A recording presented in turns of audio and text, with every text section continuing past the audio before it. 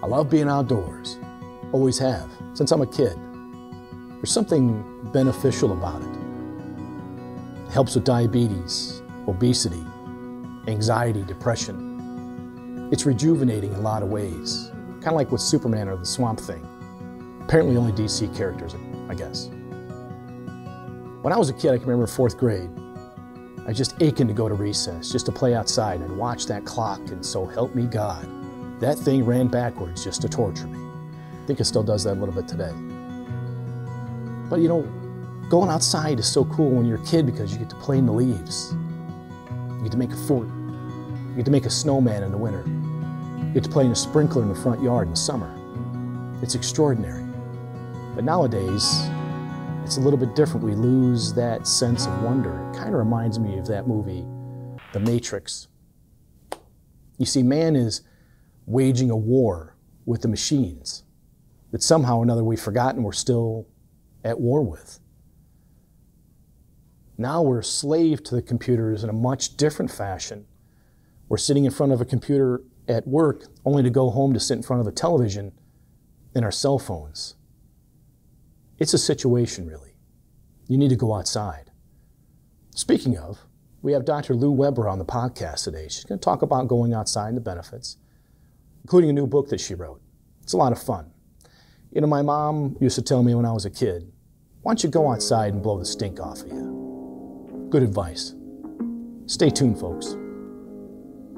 Whoa.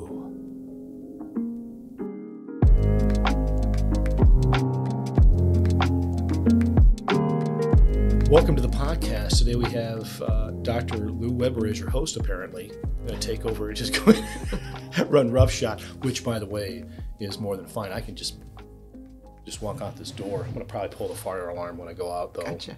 And you guys can stay here wrapped up with these cords like a mummy, as far as I'm concerned. Dr. Lou, let me be the first to ask you, why are you here? I guess that doesn't make, out of all the people, this is the one interview I was really looking forward to, even though we did Mario and Chelsea, which, you know, how I feel about those two. So I was really happy that you agreed.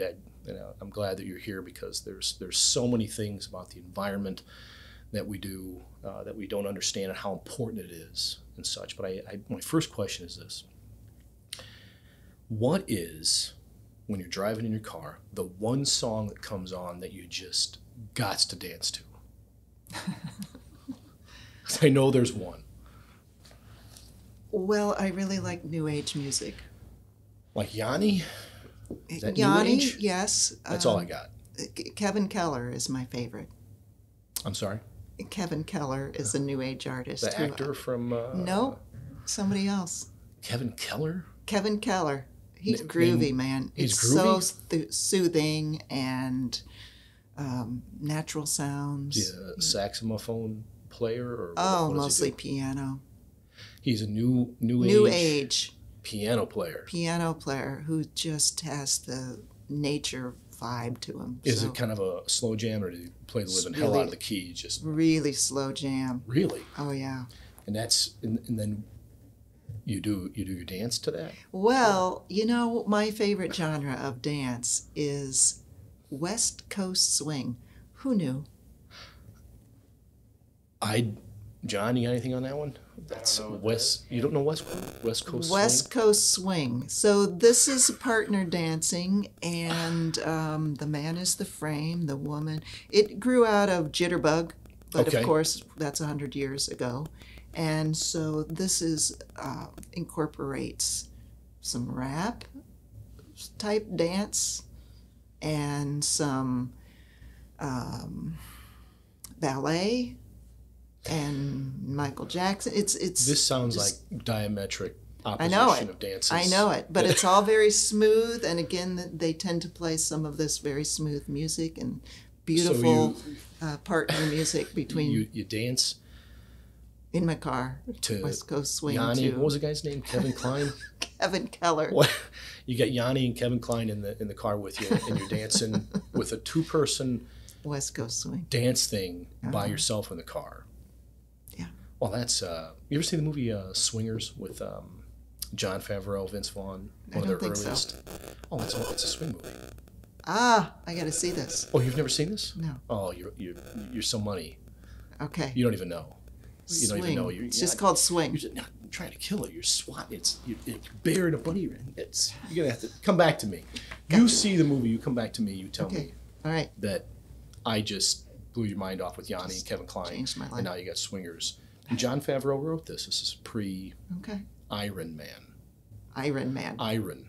Gotcha. That's how I believe that's how you say that.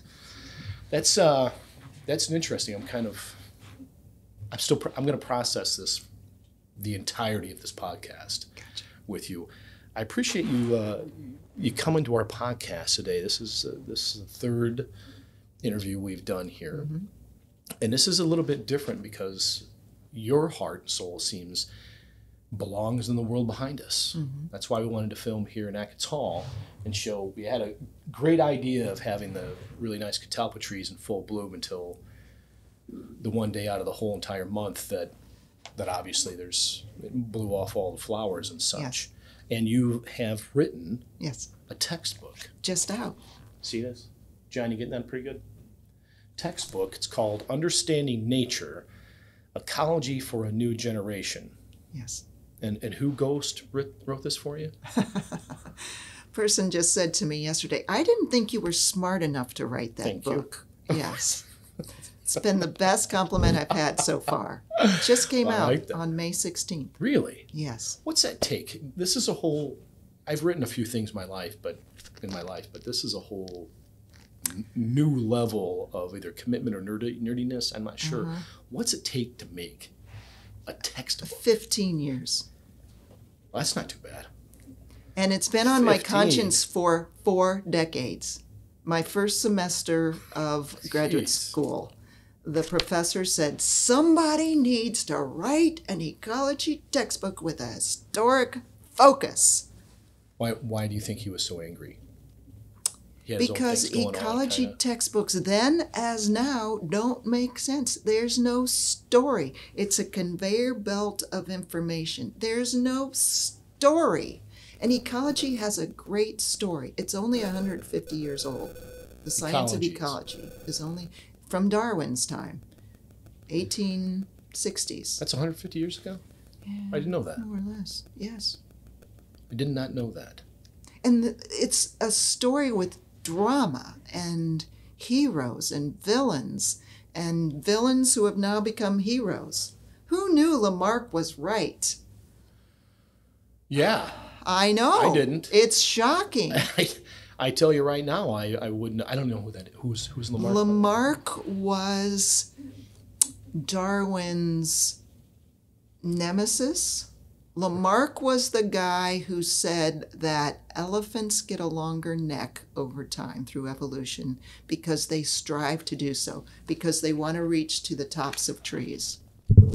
And therefore, they became a giraffe?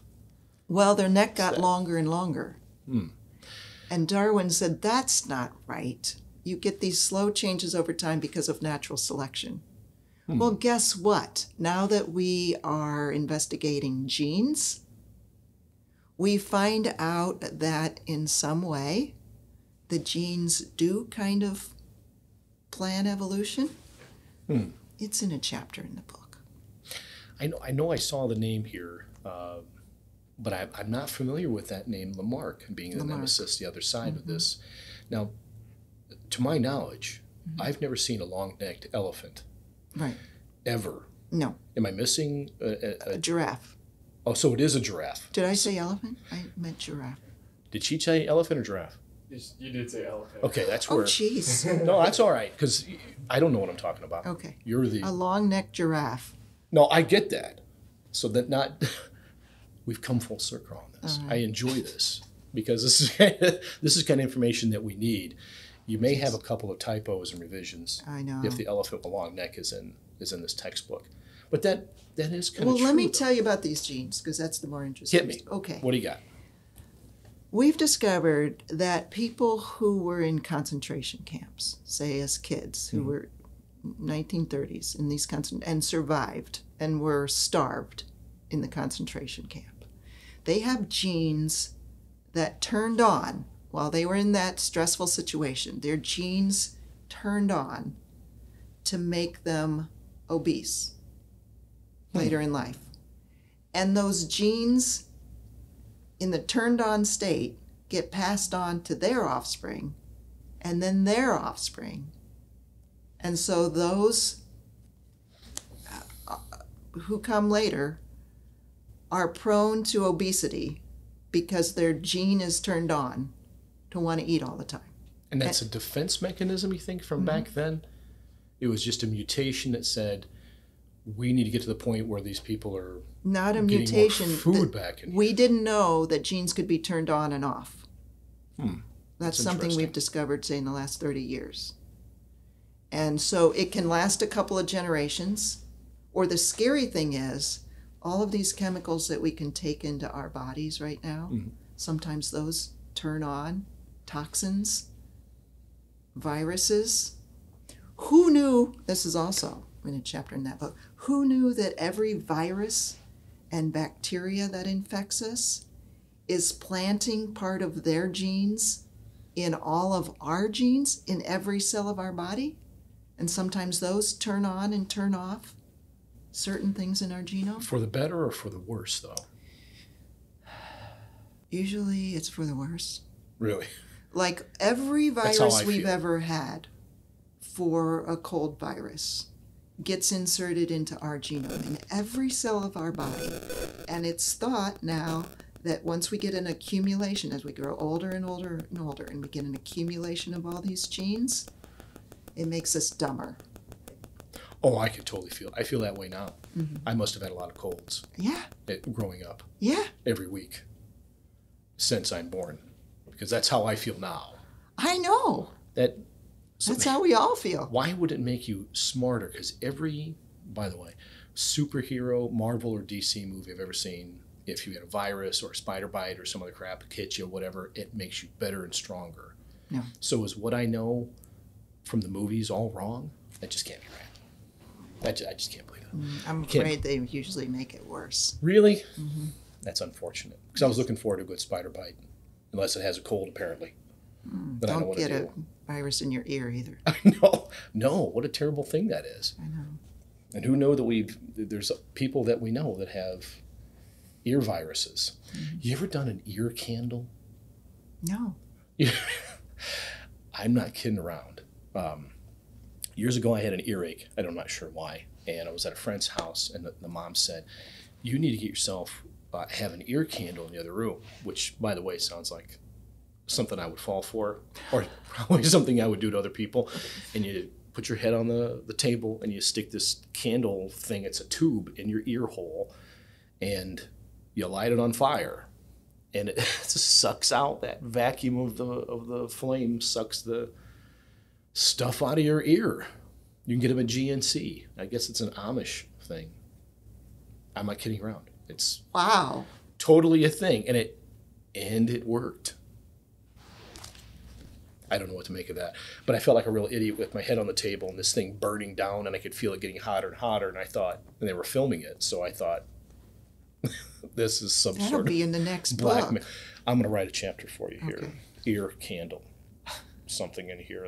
That's something about the ecology, but it gets in there. You talked a little bit about Anna Comstock. This is a very interesting. It was she wrote, "Out of door life takes the child afield and keeps him in the open air, which not only helps him physically and occupies his mind with sane objects, but keeps him out of mischief.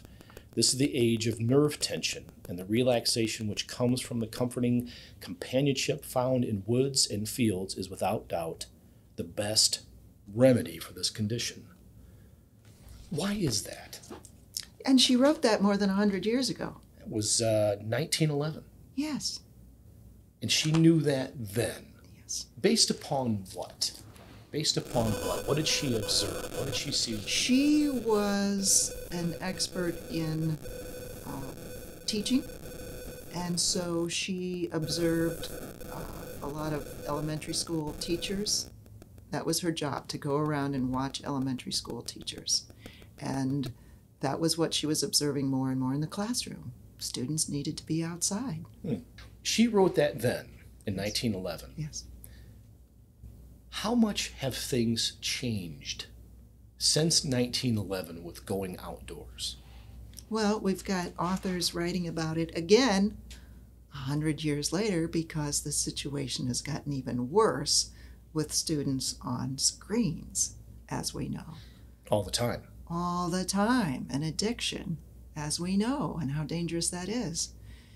So, even more important, we evolved to be problem solvers in the outdoors. We evolved not to be looking, 1 foot in front of our face. Even our eyes suffer if we don't spend enough time outdoors, if we have a close focus all day long.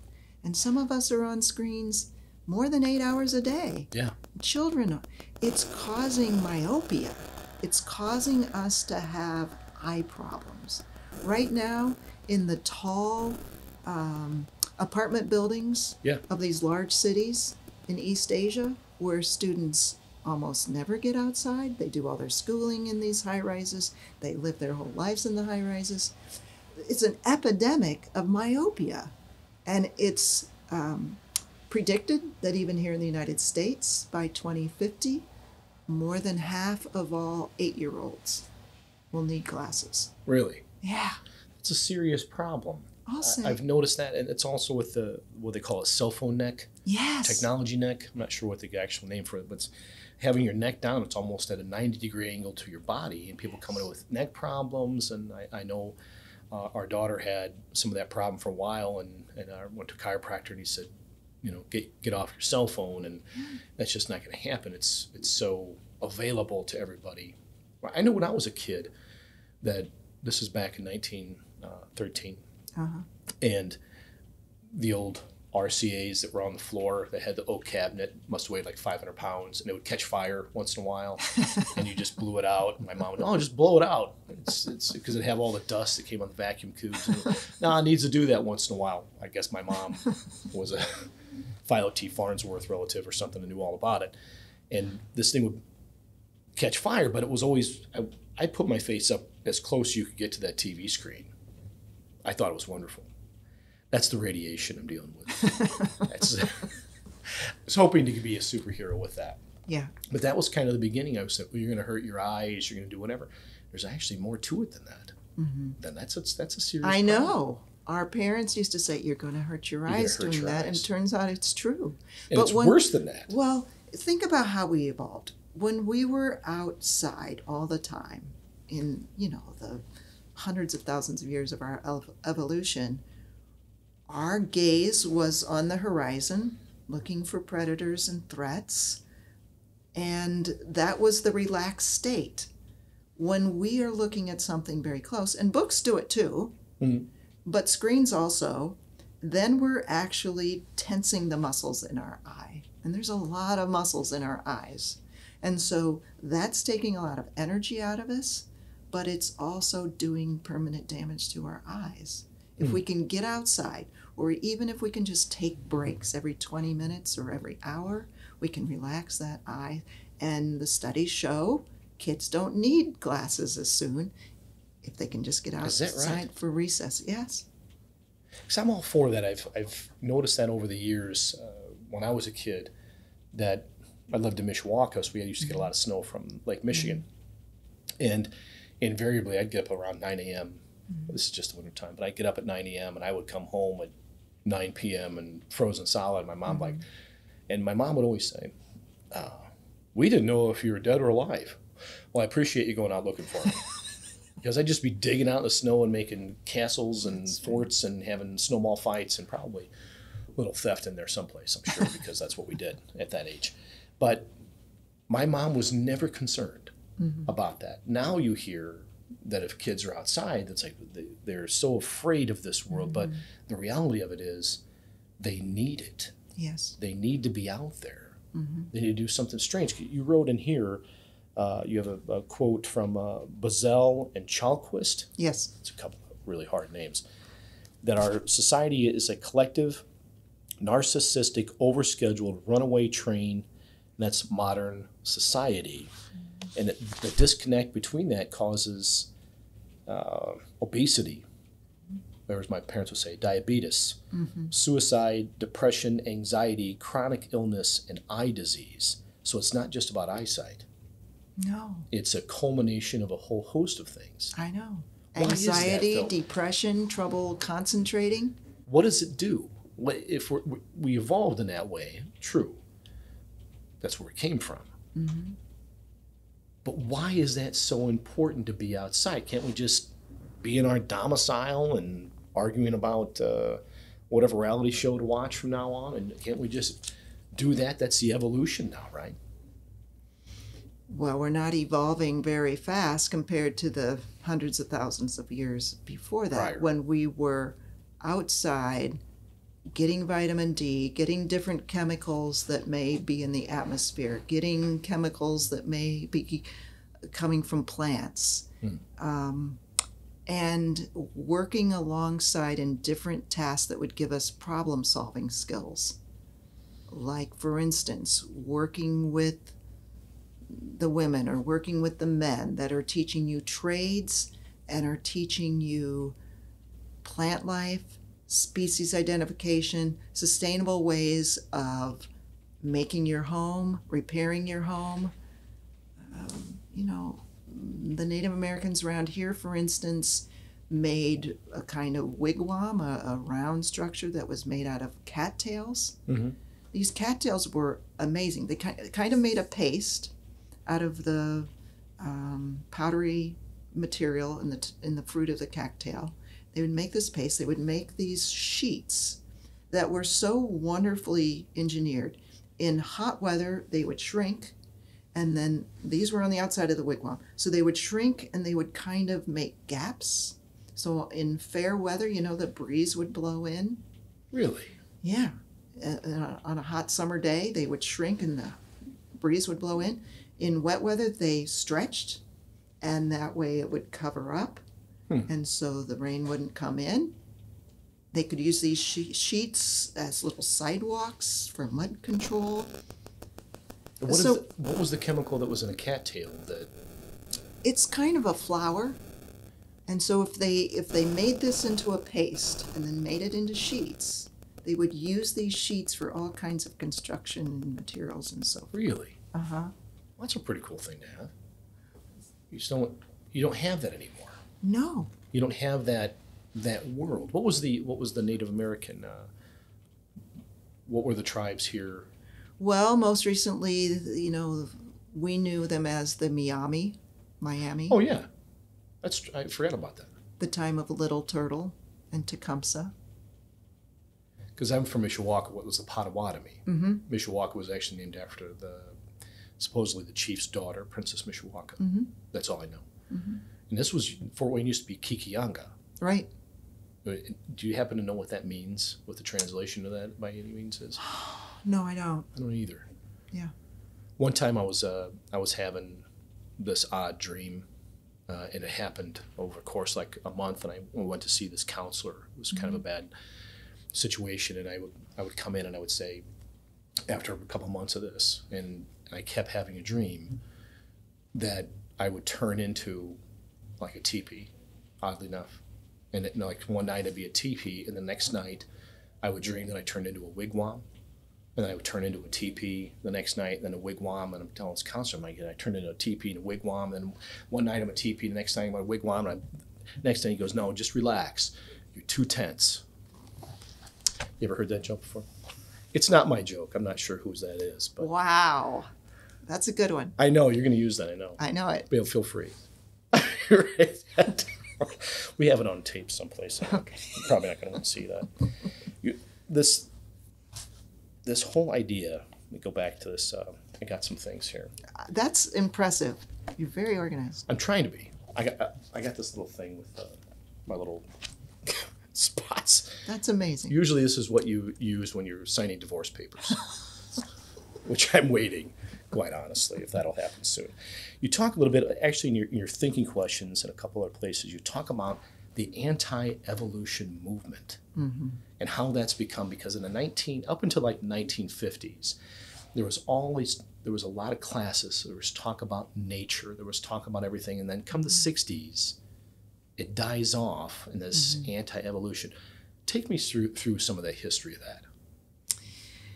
When ecology was trying to make it in the big leagues, the Ivy Leagues, specifically at Harvard, there were a couple of ecologists there who were trying to have the same stature as the molecular biologists, which was just coming on the scene in the 1950s. And so they wanted to make ecology less about natural history, which it had been about, identifying plants, knowing how the world of insects and communities of organisms live. Starting in the late 1950s, they tried to make ecology very theoretical and very mathematical, so that they would have the same stature as these other sciences like genetics and molecular biology. Well, they overdid it a little bit, and no longer was evolution and ecology accessible to every kid who just wanted to go look for bugs or whatever. It was too scientific now? Yes. Really?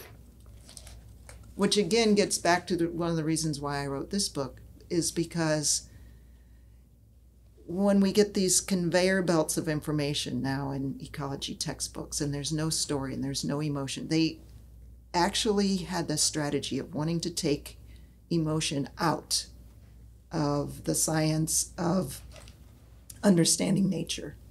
Because to be a geneticist, you have to be unbiased. And so they thought, to be an ecologist, you have to be unbiased, free of emotion, look at things mathematically, consider nature as a machine. That's too bad. I know. Where's the emotion in that? Where is the emotion? Where do you get involved? Where's the passion? When you see a beautiful catalpa tree and you see these flowers with this intricate pattern. Yeah. I mean, we can understand natural selection. These are how things evolved. We can understand the genetics of it. We can understand modern genetics of it. But it still is a wondrous thing.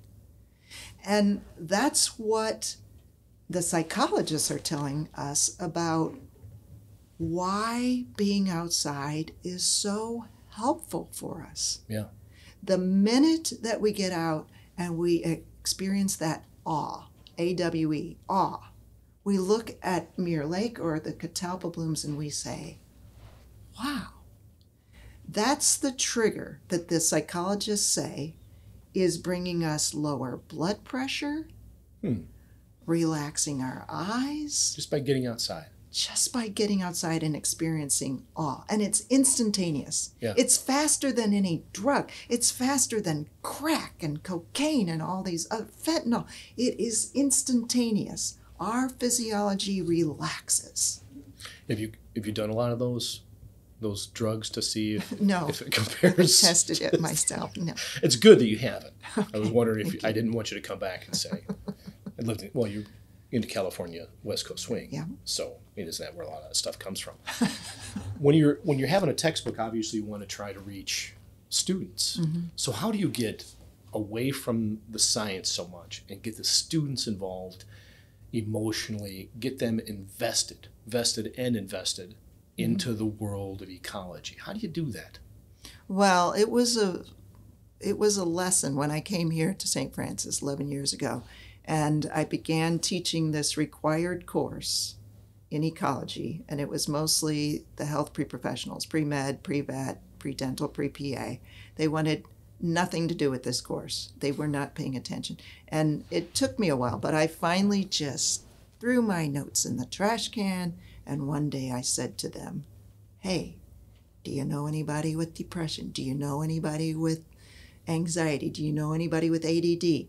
And some of them began looking up at me, and I thought, wait a minute, I'm on to something. They all know somebody with depression. They have depression and anxiety because of this runaway train we're on right now in society.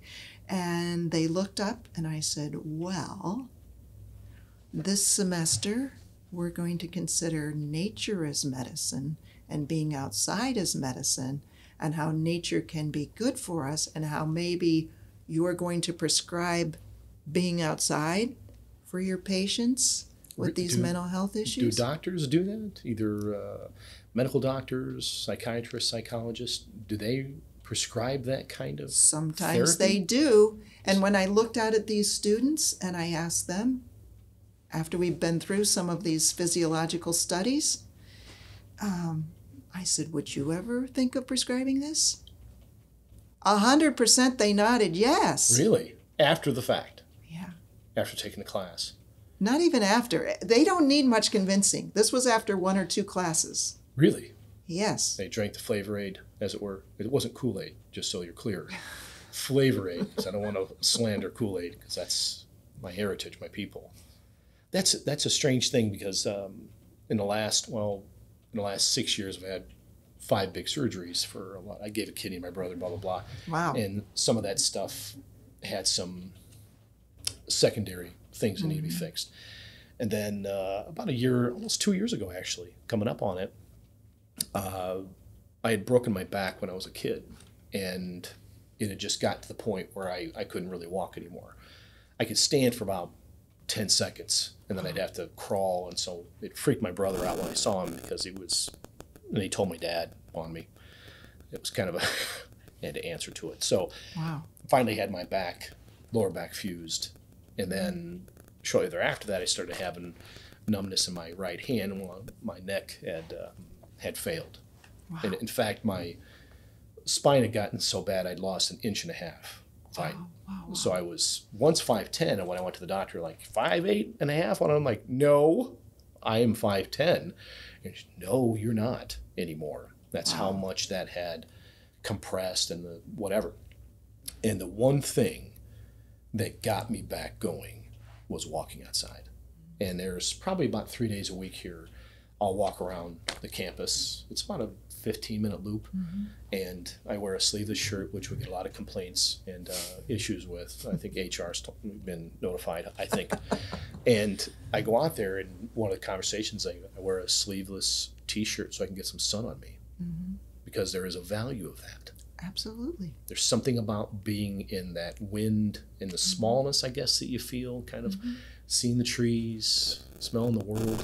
And again, we evolved as walkers, as bipedal, as walking all day long, on our feet, doing things, repairing our houses and that was life. If you didn't do it well, you didn't survive. Is that why they call sitting is the new smoking? Absolutely. That's a terrible thing. I sit too much, quite honestly. But, that's going to be the reality. But what the studies show is if we can at least get up once an hour. Yeah, that'd be all right. It doesn't take much if we can walk to the other side of the building and then get out it'd be nice if we could get out for an hour a day, no matter the climate. I have 2 grandsons. My wife and I have 2 grandsons, 4 and 2, and they run from the second they wake up, run and scream around the house the whole time, which I was doing that up to about 4 years ago myself. I had some other problems, other issues going on myself. You talked about wicked problems and that we're in a new epoch now, that we're in something different. And when did that start happening? When did this change? When human beings start becoming the hard polluters, throwing carbon dioxide out there for the world? When did that start? Industrial Revolution. Was it the 20s-ish? I think it goes back further than that. I would say, especially in Europe, they had a little bit of a head start on us in the 1800s. Here, it was more like early 1900s when we became industrialized, and of course, cars and then telephones. So it's the Anthropocene? The Anthropocene. I would assume that means that this is the human epoch. That's right. That would mean that the humans are destroying the world that we live around. That's right. You talked about in the last 50 years, human populations had doubled or quadrupled since the 1900s. And then we also have more carbon dioxide that has existed than the last 800,000 years. What natural things can we do? If I'm not a government official, I'm not a scientist who can invent whatever that would take that out of the air. What can I do? What can I do differently? I know we got Trini Lopez, a lemon tree here, which is a good tree. And also, I didn't know that those things had thorns, by the way. I don't know if anybody knew that lemon trees had thorns, quite honestly. What can we do? There's a lot we can do. What can we do? Well, I plant a tree every chance I get. What kind of tree? I plant oak trees because, believe it or not, even though that's the dominant species for this biome, they're becoming more rare. Really? And so every opportunity I get to plant an acorn, I do it. Hickories and oaks are now starting to decline from this area. Why is that, though? They're long-lived, and with all the development, those are the ones that are being taken down, and it takes the longest time to grow them back up again. I gotcha. I watched a fascinating show about trying to reforest the redwoods and the sequoias, and they only exist in about a 60-mile radius on the west coast. And they were talking about how difficult it is to get these trees to propagate because it about half survive. But we always hear, the sequoias and the redwoods, they have the ability to withstand fire, but that doesn't come for about 500 years. And ultimately, after that, if they survive that, they'll die of old age and thousands of years later on. It's an extraordinary tree, but it takes that long to get the canopy that high above the fire so it can survive. Yes. And the oaks must be much in the same way. It's the predominant tree. I got shagbark hickory in the backyard where I live, which I've heard that same thing. They're very scarce. Thing. And shagbark hickory is even harder to propagate than oaks. So I worry about shagbark hickory even more than the oaks. Because it's a hardwood? Is that kind of the case? Just slower growing hardwood versus pines? Right. I got you. That's a terrible situation to be in. The wicked problem, the super wicked. What's more wicked? What's super wicked? If we got a wicked problem, deforestation, pollution. So super wicked problems are problems that even if all of us want to do something about climate change, for instance, we are contributing to the problem even though we may wish to solve it with all of our might. All of us are dependent on electricity, for instance, and cars and transportation. So we're adding to the problem even though we want to solve it. And the other thing about a super wicked problem is that no one individual can solve this. No one government can solve it. No one corporation can solve it. It's going to have to come from a collective effort. And there's going to be no one who steps forward and tells us what we should do about climate change. No one's going to take that chance? No one's got the authority, or no one knows what the answer is. So the answer is that small communities have to take the lead. And that's what some communities are doing and teaching the rest of us. This is how you do it. This is how you begin to solve your problem. Small communities are deciding for themselves to be more sustainable. Are you talking about in the book here on 326, Medellin, Colombia, talks about with a network of roadways and waterways shaded by 8,000 planted trees. Look at this. You wrote this, so this is not a surprise to you. And 350,000 shrubs shaded an area that is now almost 6 degrees cooler than any place else in the sunshine. 6 degrees.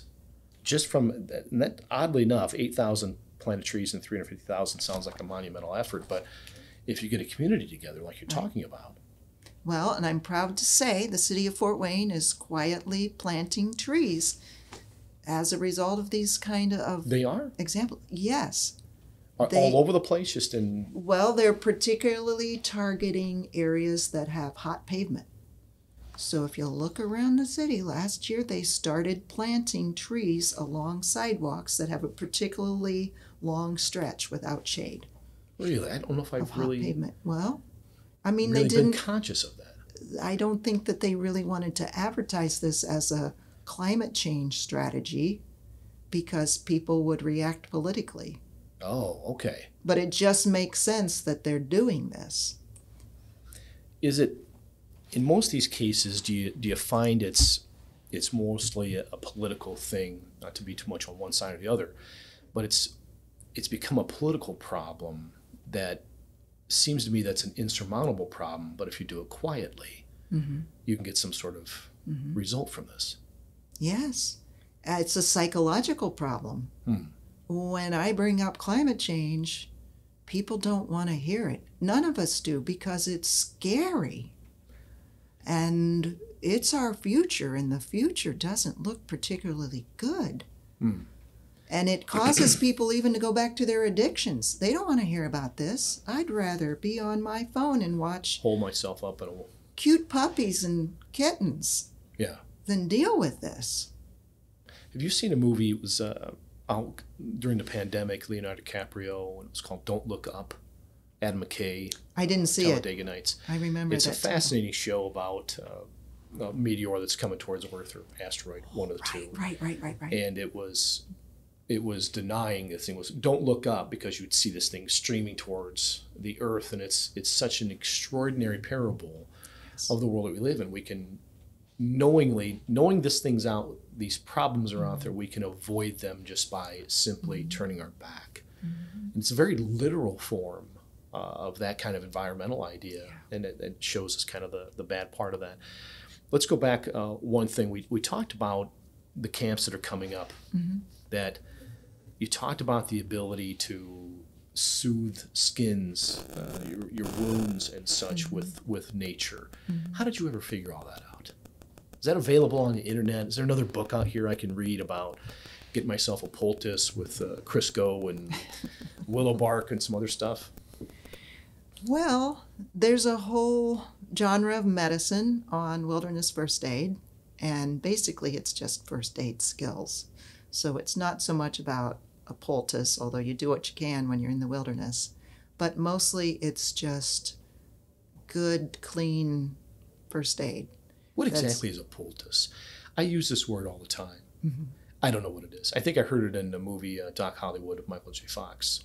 Some kind of cream. Is it what that is? Gel that you put on to cure a skin problem. Put some bismuth binitrate on there and whatever. Some Braille cream and whatever else you've got. That sounds like a good poultice. It's always got Crisco. I think that's the standard. I think so. How did they ever figure that out? You ever wondered, here, I can eat certain mushrooms. I can get a pizza with some mushrooms on it, but don't eat that mushroom over there. How much for trial and error? I know. I mean, this is why we would love to know more about indigenous knowledge. Right. And there's a section in the book about that, too. And there are certain things that my Miami friends don't want to share. And but actually, as I've been reaching out to folks in the Miami tribe here around in the Fort Wayne area, they're very willing to share seeds and to talk about plants, and they're trying to educate themselves about the ancient knowledge. Because through trial and error over all these tens of thousands of years, they know a few things about the local area and the plants and the way that you can make cattails into these amazing structures. And not die from eating certain mushrooms. Right. That was always my biggest question. Who developed it? No, Steve, go ahead and eat that one. That one's safe. Yeah. Who knew? Who knew? I mean, you could assume apples would probably be pretty okay. Yes. Right? Right. Right? Even so, there's things I feed my cat first, and then I eat them. Oh, that's a good way to test that. Yes. I do that with my our 18-year-old daughter. Yeah. Why don't you try this out? And if later on you start to feel poorly, let's not discuss this any further. I think that works out very well. Dr. Lou, it's been a pleasure having you here. I'm a big fan of trees. I think my wife, when we first met, we were driving someplace one time and I said, oh, hey, I want to take you down the road where my favorite oak tree is. And she was just astonished that somebody would have a favorite tree in Fort Wayne. That is amazing. And there's one actually where I live that's like the king of the forest. And I'll let you know sometime. It's one I've been trying to keep quiet because it's a magnificent tree. And I always worry that what would happen someday, that something happened to these wonderful trees, that it's just, look at the world behind us. I know. We got the Good Lake, we got the catalpas, which seem to be all hovering right now or where we live right down the roads from here. It's been a pleasure talking to you. All right. Thank you very much. Hope you enjoyed the podcast, folks. Probably some of the noise you heard in the background is some hand dryers, so at least people are hygienic in this Sackets home. Thanks for watching.